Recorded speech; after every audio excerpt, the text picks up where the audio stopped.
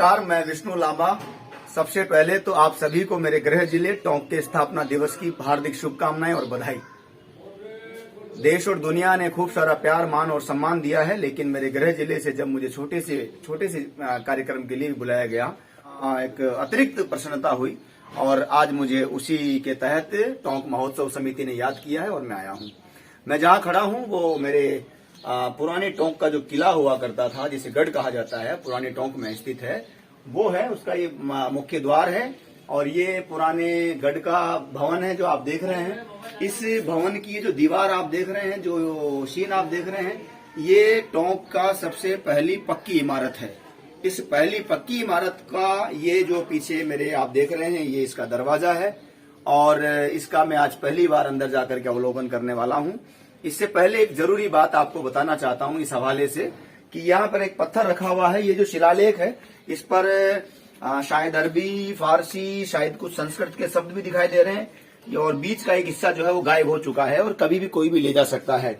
मेरा अनुरोध है कि इससे जुड़े जो भी विभाग हैं या सम्मानित लोग हैं या संस्थाएं हैं, मैं उन तक इसके दस्तावेज उपलब्ध करवाने की कोशिश करूंगा।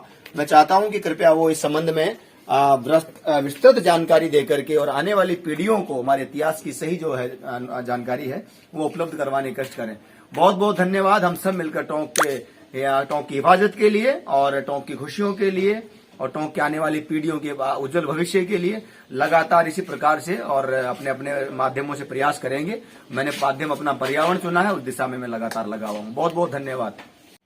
ओ देश से आने वाले बता किस हाल में है याराने वतन, क्या अब भी वहाँ मेलों में वही बरसात का जोबन होता है, फैले हुए बड़ की शाखों में झूलों का नशेमन होता है, उमड़े हुए बादल होते हैं, छाया हुआ सावन होता है। ओ देश से आने वाले बता किस हाल में है याराने वतन, क्या अब भी किसी के सीने में बाकी है हमारी चाह बता, क्या याद हमें भी करता है अब यारों में कोई आह बता। ओ देश से आने वाले बता लिल्लाह बता, लिल्लाह बता। ओ देश से आने वाले बता किस हाल में है याराने वतन, क्या अब भी वहाँ पनघट पर पनहारिन पानी भरती हैं, अंगड़ाई का नक्शा बन बनकर सब माथे पर गागर धरती है और अपने घरों में जाते हुए हंसती हुई चोहले करती हैं। ओ देश से आने वाले बता किस हाल में है याराने वतन। मशहूर शायर अख्तर शिरानी की इस नज्म के साथ आप सभी को टोंक के स्थापना दिवस की एक बार फिर से शुभकामनाएं, बधाई। ये टोंक की पुरानी टोंक में स्थित हमारा गढ़ है, जो पुराना गढ़ था। आपको ये जानकर भी आश्चर्य होगा कि टोंक की सबसे पहली पक्की इमारत यही है जहां मैं खड़ा हूं और आज टोंक का स्थापना दिवस है। प्रसिद्ध साहित्यकार हनुमान सिंघल जी की पुस्तक के हिसाब से चलते हैं तो लगभग 2000 साल पुराना टोंक का इतिहास, जहां तक मुझे याद है, जो मैंने पढ़ा है उनके मसले में, उनके बारे में, उसको देखते हुए लगभग 2000 साल पुराना यह है। मैं आप सभी लोगों को निवेदन करना चाहता हूं कि टोंक के मशहूर लेखक जो इन दिनों बहुत चर्चाओं में हैं, मोहम्मद असलम खान साहब, मोहम्मद असलम साहब की पुस्तक प्राचीन रहस्यों का जिला टोंक मेरे हाथ में है और आज ये पुस्तक एक ऐसा मजमुआ है टोंक के लिए, आने वाली नस्लों के लिए। जब भी हम अपने पुरखों के बारे में, उनसे जुड़ी हर चीज के बारे में, जब भी अपनी जमी के बारे में, जब भी अपने असली जमीर के बारे में जानने की बातें करेंगे, ख्यालातों में जब भी टोंक हमारे जहन से गुजरेगा, हमारी सोच से गुजरेगा, हम टोंक के बारे में जब जानना को चाहेंगे, अपनी मिट्टी को दुनिया के किसी भी गोसे गोसे में जाकर के टटोलना चाहेंगे, तो मुझे लगता है कि प्राचीन रहस्यों का जिला टोंक जैसी पुस्तकों की हमें आवश्यकता पड़ेगी। और ये जो खूबसूरत मजमुआ जनाब असलम साहब ने आने वाली नस्लों को जो दिया है, वो अपने आप में बहुत बड़ी चीज है। मैं चाहूंगा कि अमेजोन पर उपलब्ध है, आप इसको पढ़ें। यदि आप टोंक से मोहब्बत करते हैं, टोंक से आपका ताल्लुक है, टोंक आपको कहीं न कहीं याद आता है, तो कृपया इसको जरूर पढ़ें। आज मैं बहुत याद कर रहा हूं इरफान भाई, जो महान फिल्म एक्टर हुए हैं। इरफान भाई यदि होते तो शायद हम इस दिशा में 2 कदम और आगे बढ़ा सकते थे। उन्होंने हम लोगों का बहुत हौसला बढ़ाया, आप सब लोगों ने देखा है। इस पुस्तक में कई सारी चीजें टोंक से जुड़ी हुई हैं। मैं इस पुस्तक को पढ़ने के बाद यहाँ पर आने का मुझे लगा कि आना चाहिए। पुराना आप जो गढ़ देख रहे हैं, बहुत खूबसूरत इमारत है। आप अंदर से भी चाहें तो इसका जरा सा दीदार करें। और इसके जो अतीत का जो रुदन है वो आप देखिए। गौरवशाली अतीत के बाद आज ये आंसू बहा रही है। ये खूबसूरत इमारत, इसके जर्रे जर्रे पर जिस तरह के दाग हैं वो आप देख सकते हैं, जो हमारे अपनों ने दिए हैं। बहुत बुरे, अंदर के हालात बड़े बुरे हैं और इतनी खूबसूरत इमारत को कोई संभालने वाला नहीं है। मैं चाहूंगा कि आपको ऊपर का हिस्सा भी मैं दिखा दूं। यहां पर सरकारें बनती रही हैं। स्थानीय सरकारों की बात करूं तो यहां पर हर पार्टी की सरकार बनती रही है। यहां से बीजेपी के विधायक भी बने हैं, सांसद भी बने हैं, मंत्री भी बने हैं। कांग्रेस के भी विधायक, सांसद और मंत्री बनते रहे हैं।